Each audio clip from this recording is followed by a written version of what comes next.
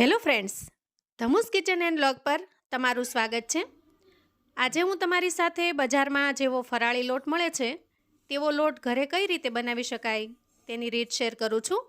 આ ફરાળી લોટને તમે કોઈ પણ વ્રત ઉપવાસમાં ભાખરી, પૂરી, ભજીયા, ઢોકળા કે પછી હાંડવો બનાવવા માટે પણ ઉપયોગમાં લઈ શકો છો। અને ખાસ કરીને આખો શ્રાવણ મહિનો એકટાણા કરતા હોય તો તેઓ એકસાથે બનાવીને પણ સ્ટોર કરી શકે છે। કેમ કે આ લોટ સામાન્ય રીતે 6 મહિના ન બગડે એ રીતે બનાવીને તૈયાર કરીશું। તો ચાલો બનાવવાની રીત જોઈ લઈએ। અહીંયા ફરાળી લોટ બનાવવા માટે દરેક વસ્તુને આપણે મેજરમેન્ટથી લઈશું, જેથી કરીને એકદમ સરસ અને બજાર જેવો જ ફરાળી લોટ બનીને તૈયાર થાય। તો સૌથી પહેલાં મેં અહીંયા અડધા કપ જેટલો સામો લીધેલો છે। સામાને જોઈ અને એકદમ સરસ ચોખ્ખો કરી લીધો છે ચાળીને। તો અહીંયા મેજરમેન્ટ કપમાંથી આપણે સામાને એક વાટકાની અંદર કાઢી લઈએ અને હવે આપણે એમાં સાબુદાણા લઈશું। હવે જુઓ, જેટલો આપણે અહીંયા સામો લીધેલો છે એટલા જ આપણે અહીંયા સાબુદાણા લેવાના છે।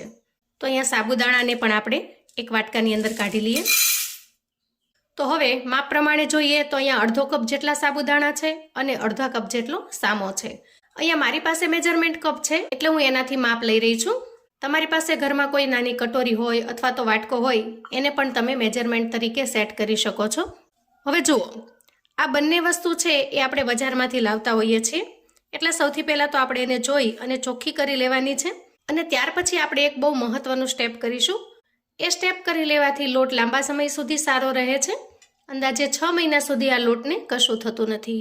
હવે જુઓ, ગેસ ઓન કરી અને ગેસ ઉપર મેં આ રીતે નોનસ્ટિક પેન મૂકી દીધું છે કે આ પેનને આપણે થોડું અમથું ગરમ કરવાનું છે।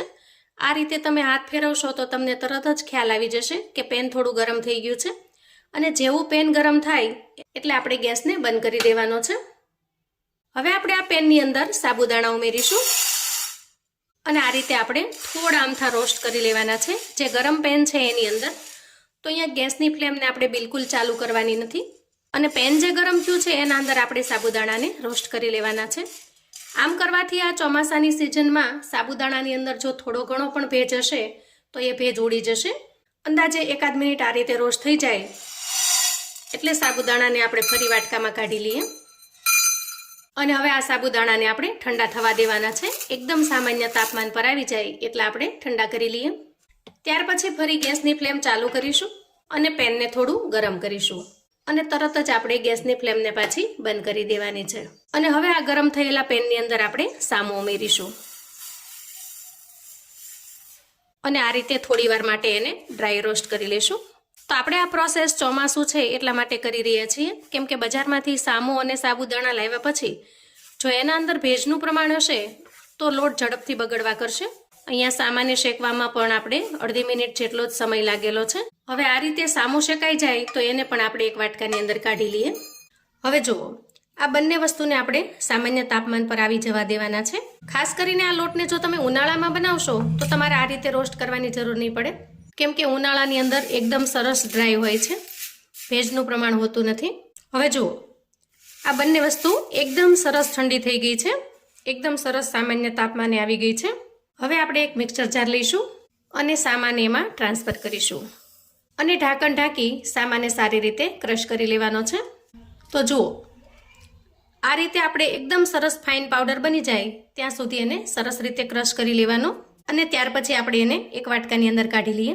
હવે આપણે આ બાઉલની અંદર સાબુદાણા ઉમેરીશું અને એને પણ સારી રીતે ક્રશ કરી લઈશું।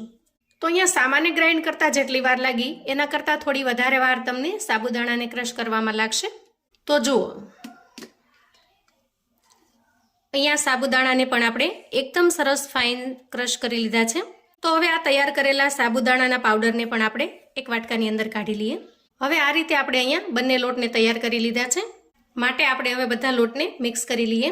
તો અહીંયા એક મિક્સિંગ બાઉલ લીધો છે અને એના ઉપર આ રીતે ગરણી સેટ કરી દઉં છું જેથી કરીને આપણે બધા જ લોટને ચાળીને લઈ શકીએ। સૌથી પહેલાં આપણે અહીંયા ક્રશ કરેલા સાબુદાણા ઉમેરી દઈએ અને ત્યાર પછી ક્રશ કરેલો સામો ઉમેરી દઈએ। આ બંને વસ્તુને પહેલાં આપણે ચાળી લઈએ। તો અહીંયા તમે જોશો કે ચાળી લેતા એના મોટા દાણા બિલકુલ વધ્યા નથી। જો વધારે પડતા મોટા દાણા વધ્યા હોય તો તમારે ફરીથી એને ક્રશ કરી લેવાના। હવે આપણે ફરાળી લોટ બનાવવા માટે અડધા કપ જેટલો શિંગોડાનો લોટ લીધો છે જે આપણને બજારની અંદર આસાનીથી મળી જાય છે કોઈ પણ કરિયાણાવાળાની દુકાને. તો અહીંયા અડધા કપ જેટલો આપણે શિંગોડાનો લોટ લઈશું અને એને પણ મિક્સ કરી લઈશું. તો અહીંયા તમે જોશો કે આપણે બધી જ વસ્તુને અડધો અડધો કપ જેટલી લીધેલી છે. અને હવે આપણે લઈશું રાજગરાનો લોટ.